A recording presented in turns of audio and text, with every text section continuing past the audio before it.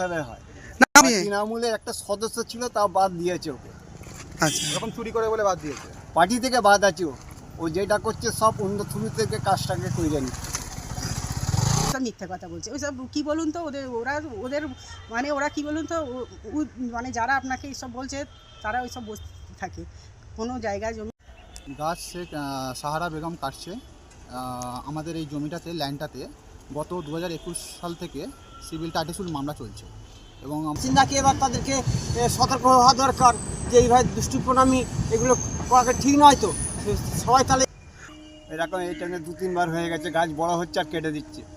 2016 সালে 12 সালে না কত কেস আছে, সেই থেকে ওই বড় হচ্ছে ও কাটছে নিজের আয়ত্তায় নিচ্ছে। গাছগুলো কেটে কি করে? ওই নিয়ে গাছ নিয়ে চলে যায়, কেটে কুটে না বিক্রি করে ছেড়ে দেয়, এছাড়া আর কি আছে। তো গাছ কাটা তো নিষেধ তো।